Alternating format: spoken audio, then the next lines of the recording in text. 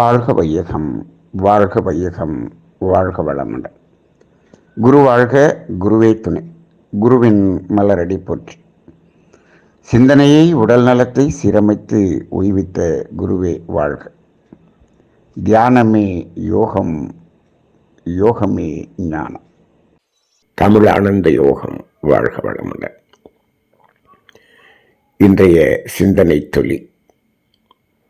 இது நமது தமிழ் ஆனந்த யோகத்தின் 300வது சிந்தனை தலைப்பு. வேதாத்திரியம் என்ற அற்புதமான வாழ்க்கை தத்துவங்களை நாம் ஒவ்வொரு சிறு சிறு பகுதிகளாக, சிந்தனை தொழில்களாக தினந்தோறும் எடுத்து வருகின்றோம். அதாவது மகரிஷி அவர்களது தத்துவம் முழுமையான வாழ்க்கை தத்துவம்.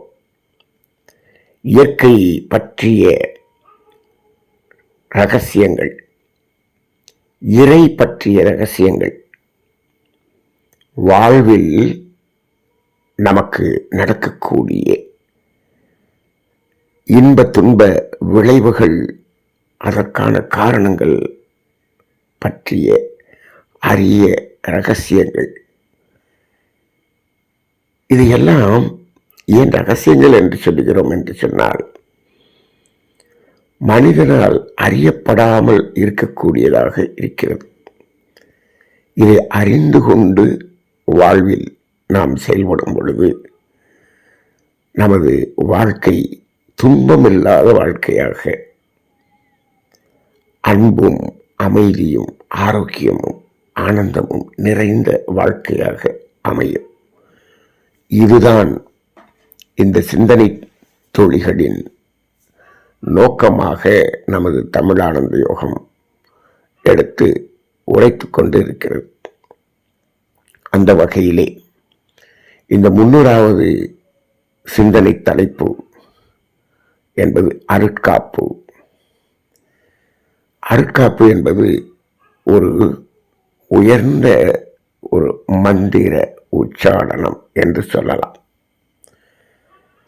வேதாத்திரியத்திலே ஒரு அரிய மந்திரம் என்று சொன்னால் அது வாழ்த்து என்று சொல்லக்கூடிய வாழ்க வளமுடன் என்ற மந்திரம். இந்த வாழ்த்து என்பதும் அருட்காப்பு என்பதும் எதை அடிப்படையாக வைத்து செயல்படுகிறது என்று பார்த்தோம் என்று சொன்னால், அலை இயக்க தத்துவம் என்ற அடிப்படையில் தான் இது முழுமையாக செயல்படுகிறது. அந்த அலை இயக்க தத்துவத்துக்கு ஒரு அடிப்படை தத்துவம் எது என்று பார்த்தால் வேதாத்திரியத்தின் காந்த தத்துவம். இந்த காந்த தத்துவம், அலை இயக்க தத்துவம் இரண்டும் ஒன்றோடு ஒன்று பின்னி பிணைந்து செயல்படக்கூடிய ஒன்றாக இருக்கிறது. அப்படிப்பட்ட அந்த இரண்டு தத்துவங்களின் அடிப்படையில் தான் இந்த அருட்காப்பு என்பதும் சொல்லப்படுகிறது.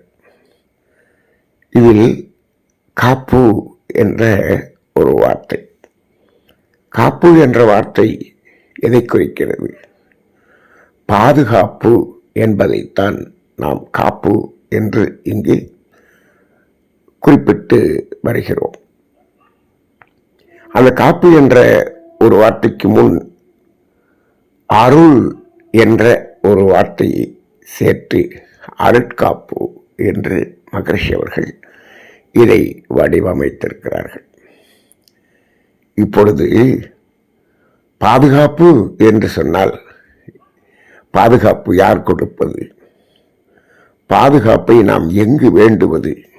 எந்த பாதுகாப்பை நாம் பாதுகாப்பாக அமைத்துக் கொள்வது?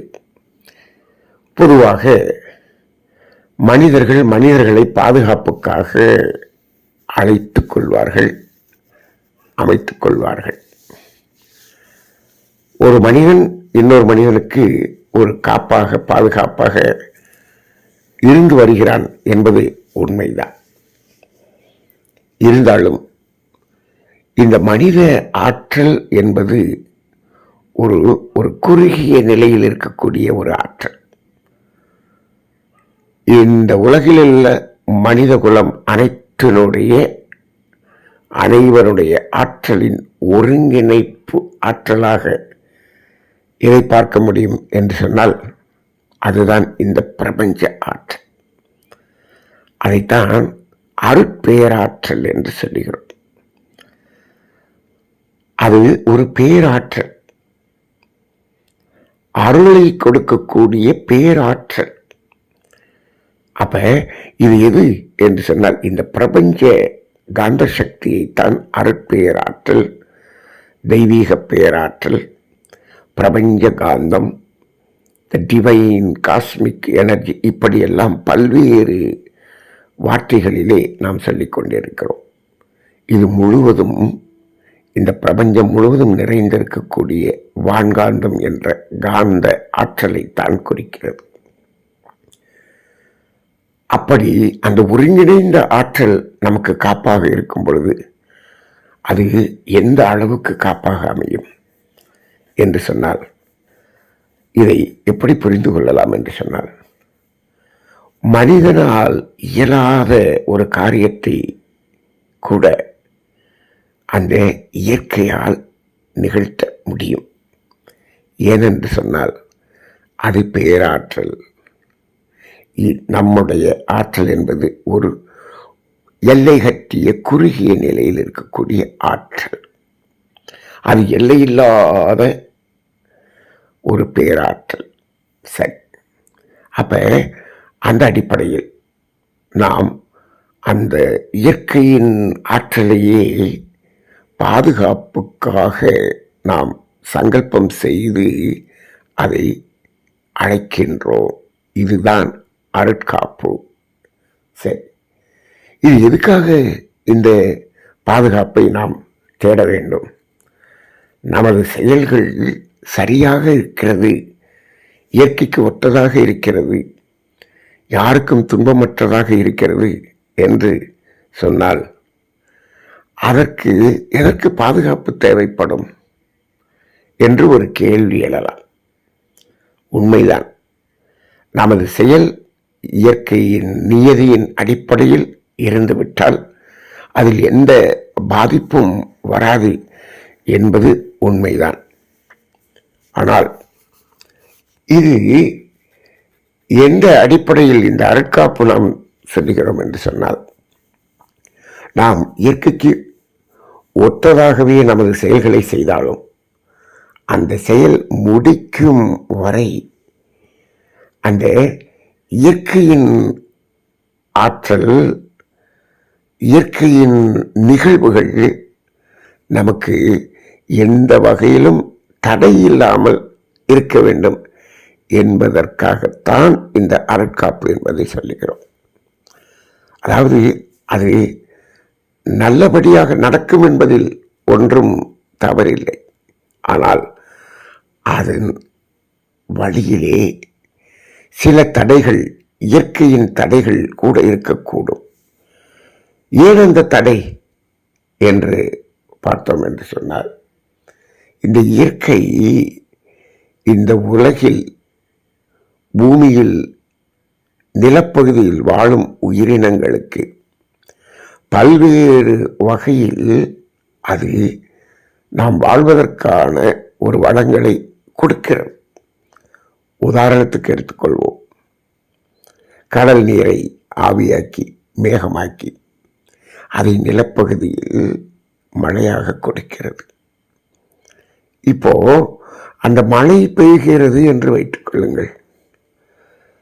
இது ஒரு விவசாயம் செய்யக்கூடியவர்களுக்கு, இன்னும் பெரும்பாலான மனிதர்களுக்கு அது பயனை அளிக்கக்கூடிய ஒரு நிகழ்வாக இருக்கிறது என்று சொன்னாலும், அது வேறு ஒரு செயலில் ஈடுபட்டு கொண்டிருப்பவர்களுக்கு அது என்ன ஆகும், பாதிப்பாக கூட அமைகிறது. அப்ப இப்போ ஒருவர் விதைக்கக்கூடிய ஒரு காலம் என்று சொன்னால் மழை அவருக்கு பயனை கொடுக்கக்கூடியதாக இருக்கும்.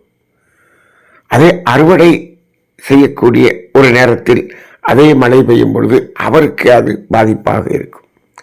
ஒருவருக்கு நன்மையாக இருக்கக்கூடியது இன்னொருவருக்கு பாதிப்பாக இருக்கக்கூடியது. அப்ப இந்த இயற்கையின் செயல்கள் எல்லா மனிதர்களுக்கும் எல்லா உயிர்களுக்கும் ஒரே மாதிரியாக எந்த தடையும் இல்லாமல் இருக்க முடியுமா என்று சொன்னால், ஒரு இடத்தில் வரக்கூடிய ஒரு பலன் இன்னொருவருக்கு தடையாக கூட இருப்பதை பார்க்கிறோம். தடை என்று சொன்னால் அது சற்று கால தாமதத்தை ஏற்படுத்தக்கூடியதாக இருக்கும். இது நாம் ஒரு உதாரணத்துக்கு எடுத்திருக்கிறோம். அதே போல நாம் எந்த ஒரு செயல் செய்தாலும், எந்த ஒரு பயணத்தை மேற்கொண்டாலும், அந்த பயணத்தில் அந்த செயலின் ஈடுபாடு கொண்டு செய்து கொண்டிருக்கக்கூடிய அந்த வேளையில் இந்த ஏதும் தடைகள் இல்லாமல் அவை நடக்க வேண்டும் என்பதை அடிப்படையாக கொண்டுதான் இந்த அருட்காப்பு என்பதை மகரிஷி அவர்கள் கொடுத்திருக்கிறார்கள். இயற்கை நமக்கு அந்த இடத்தில் ஒரு பாதுகாப்பு அரண் போல் இருக்க வேண்டும் என்பதுதான் இதனுடைய நோக்கம். பாதுகாப்பு அரண் என்றால் அதுதான் எங்கும் நிறைந்து இருக்கிறதே. அது பாதுகாப்பு அரணாக இருக்கிறது என்று சொன்னால் அது எப்படி என்று சொன்னால், அது இப்ப நாம் ஏதோ ஒரு வாகனத்தில் பயணிக்கிறோம். அதற்கு அந்த வாகனத்தை சுற்றிலும் ஒரு அருட்காப்பு செய்து கொள்கிறோம். இதுதான் இதனுடைய நோக்கம். இப்ப என்ன ஆகிறது, இந்த அருட்காப்பு என்ற சங்கல்பத்தை நாம் செய்கிறோம் அல்லவா, அது ஒரு அலை இயக்கம், இது ஒரு அலை இயக்கம். நாம் எதை வேண்டுகிறோம்? இந்த பிரபஞ்ச சக்தியே பாதுகாப்பாக இருக்க வேண்டும் என்று நாம் அந்த சங்கல்பம் செய்கிறோம். இதை ஒரு தனி மனிதன் கூட சங்கல்பமாக கொடுக்கலாம். இப்போ ஒரு பயணத்தின் போது ஒரு மனிதன் அந்த உங்களது பயணம் எந்த தடையும் இல்லாத ஒரு இனிமையான பயணமாக அமையட்டும் அப்படின்னு மட்டும் அவர் சொல்றாருன்னு வச்சுக்கோங்க. அதுவும் ஒரு அலை இயக்கம்தான். அந்த அலைகளும் அந்த பயணத்தின் போது அவர்களை சுற்றிலும் ஒரு வளையம் போல அது சுழன்று கொண்டு இயங்கிக் கொண்டே இருக்கும். எந்த பயணத்துக்காக அவர் சொன்னாரோ அந்த பயணம் நிறைவு பெறும் வரை அந்த அலை அவரை சுற்றிலும் இருக்கும். அது ஒரு தனி மனிதனுடைய ஒரு அலை. அதுவே பாதுகாப்பாக அரணாக இருக்கிறது என்று சொல்லும்போது, இப்போ அருட்பேராற்றல் என்ற பேராற்றலையே அரணாக அமையற்றும் என்று நாமே சங்கல்பம் செய்கிறோம், அல்லது வேறு ஒருவர் ஒரு வாழ்த்து சங்கல்பமாக கொடுக்கிறார் என்று வைத்துக் கொள்ளுங்கள். அப்ப என்ன ஆகும் அப்படின்னா, இந்த பிரபஞ்ச காந்தம் அந்த வாகனத்தை சுற்றிலும் சற்று அடர்த்தியாக ஒரு வளையம் போல் சுழன்று இயங்கிக் கொண்டே செல்லும். இப்போ நம்ம காற்று இருக்கிறது, நம்மை சுற்றிலும் காற்று மண்டலம் இருக்கிறது. இப்ப ஒரு இடத்துல பார்த்தீங்கன்னா அந்த ஒரு சுழல் காற்று என்று பார்ப்போம். அப்படியே அழுத்தமாக சுழன்று கொண்டு அப்படியே நகர்ந்து கொண்டு இருக்கக்கூடிய காற்றை பார்க்கிறோம். அதுவும் காற்று தானே, எங்கும் இருக்கக்கூடியது காற்று தானே. இந்த இடத்தில் என்ன ஆனது, ஒரு இடத்தை மையமாக வைத்துக்கொண்டு அது அழுத்தம் பெற்று அடர்த்தி பெற்று சுழல்வதைத்தான் அந்த சுழல் காற்று என்று சொல்லுகிறோம். அதே போலதான் இந்த பிரபஞ்ச காந்தம் அந்த ஒரு வாகனத்தை சுற்றிலும் ஒரு திணிவு பெற்று அடர்த்தியாக அது சுழன்று கொண்டிருக்கக்கூடிய ஒரு காப்பாக அமைகிறது என்பதுதான் இந்த அருட்காப்பினுடைய அலை இயக்க தத்துவமாக அமைகிறது. அப்ப அந்த காந்தமே திணிவு பெற்று ஒரு அடர்த்தியாக அது ஒரு பாதுகாப்பு அரணாக அமைகிறது. ஒரு வீட்டை சுற்றிலும் நாம் அருட்காப்பு ஏற்றுக்கொள்கிறோம். இந்த அலை அந்த பிரபஞ்ச சக்தியை திணிவுபடுத்தி அந்த வீட்டை சுற்றிலும் ஒரு அரண் போல் திணிவாக நிற்கக்கூடிய ஒரு நிலையை ஏற்படுத்துகிறது. இப்போ ஒரு மனிதன் இப்படி சங்கல்பம் செய்தால் அதற்கு அந்த இறைநிலை, இறை ஆற்றலாகிய காந்த ஆற்றல் இப்படி அழுத்தமாக வந்து அது மாதிரி ஒரு காப்பாக நிற்குமா என்று கேட்டால், அந்த இடத்தில்தான் நாம் சங்கல்பம் செய்யக்கூடிய ஒரு பயணத்திற்கோ அல்லது ஒரு இடத்துக்கோ அல்லது ஏதோ ஒரு செயல் நிகழ்வுக்கோ அது எப்படிப்பட்ட நிகழ்வாக இருக்க வேண்டும் என்று சொன்னால், அறத்தின் அடிப்படையில் இருக்கக்கூடிய நிகழ்வாக இருக்க வேண்டும். நாம் செய்யக்கூடிய செயல் அல்லது பயணிக்கக்கூடிய பயணம் அறத்துக்கு முரணான ஒரு பயணமாக, அறத்துக்கு முரணான ஒரு செயலாக இருக்கிறது என்று வைத்துக் கொள்ளுங்கள். அந்த இடத்தில் இந்த அருட்காப்பு வேலை செய்யாது. இந்த அருட்காப்பு என்றால் பாதுகாப்பாக இருக்கும் என்று சொல்லி நாம் செய்யக்கூடிய செயல் ஒரு துன்பத்தை கொடுக்கக்கூடிய செயலாக இருக்கிறது என்று வைத்துக் கொள்ளுங்கள். அதற்கு இயற்கை பாதுகாப்பு கொடுக்குமா? கொடுக்காது. ஏனென்று சொன்னால், அந்த பிரபஞ்ச காந்தம் என்பது பேராற்றல் மட்டுமல்ல, அது பேரறிவையும் உடையது. அது இயற்கைக்கு அதாவது ஒத்த செயலுக்கு அது உறுதுணையாக இருக்கும். இயற்கைக்கு முரணாக இருந்தோம் என்று சொன்னால், அறத்துக்கு முரணாக இருக்கக்கூடிய செயல்களுக்கு அது பாதுகாப்பாக இருக்காது. இது இயற்கையின் நீதி. இதையும் நாம் உணர்ந்து கொள்ள வேண்டும். அதனால்தான் இன்றைய சிந்தனையில் நோக்கம் சரியான நோக்கமாக இருக்க வேண்டும் என்று அங்கு குறிப்பிடப்பட்டிருக்கிறது. இன்னும் சொல்லப்போனால், அதாவது இந்த மனித குல வாழ்க்கையிலே பல மனிதர்கள் எதிர்மறையான அலைகளை வீசிக்கொண்டிருக்கிறார்கள்.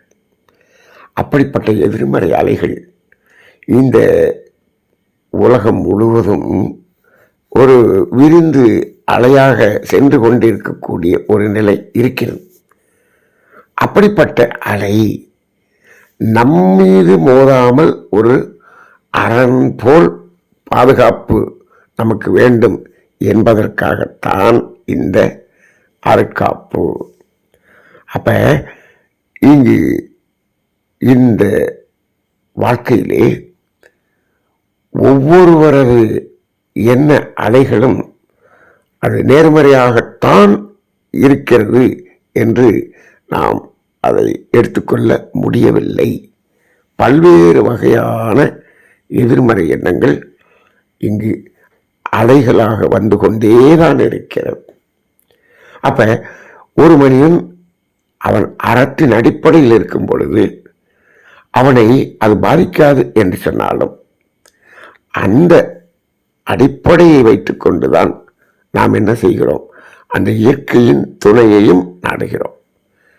அப்ப அந்த அடிப்படையிலே இந்த அருட்காப்பு வளையம் போல நம்மை சுற்றிலும் அது பாதுகாப்பாக இருக்கட்டும் என்பதை ஒரு தவம் செய்யும் போது நாம் அந்த அருட்காப்பு பெற்றுக் கொள்கிறோம். குறிப்பாக இந்த ஜீவகாந்த பெருக்க பயிற்சி என்று ஒன்று செய்கிறோம் அல்லவா? இதில் அருட்காப்பு என்பது மிக மிக அவசியமாக நாம் ஏற்றுக்கொள்கிறோம். ஏன்? இந்த அருட்காப்பினுடைய உச்சமான நிலை அந்த ஜீவகாந்த பெருக்கத்தின் போது, தவத்தின் போதும் செய்கிறோம். ஜீவகாந்த பெருக்கத்தின் போது அது மிக மிக அவசியம். ஏன்? அந்த பிரபஞ்ச ஆற்றல் நம் உடலுக்குள்ளாக பாய்கிறது. அந்த நேரத்திலே இந்த எதிர்மறையான அந்த ஏதேனும் அலைகள் நமக்குள்ளாக வந்துவிடக்கூடாது என்பதற்காகத்தான் இந்த அருட்காப்பு. ஆக இந்த அருட்காப்பு என்பது தவத்தில் நாம் தினந்தோறும் பயன்படுத்துகிறோம், பயணங்களின் போது பயன்படுத்துகிறோம். நாம் இரவில் உறங்கும் பொழுது நம்மை வீட்டை சுற்றிலும் அதை பயன்படுத்தி அந்த அரணாக அதை அமைத்துக் கொள்கிறோம். இன்னும் மற்றவர்களுக்கு நாம் ஒரு பயணத்தின் போது ஒரு வாழ்த்து சொல்லும் பொழுது கூட அவர்கள் சொல்லக்கூடிய அறக்காப்பு என்பதோடு சேர்த்து நாமும் ஒரு வாழ்த்து என்ற அடிப்படையில் இந்த அறக்காப்பையும் ஒரு காப்பாக அமையட்டும் என்று வாழ்த்துவது என்ற அடிப்படையில் இதை செய்கிறோம். இதெல்லாம் மகரிஷி அவர்கள் கொடுத்து விட்டார்கள். அதை முறையாக பயன்படுத்த வேண்டும்.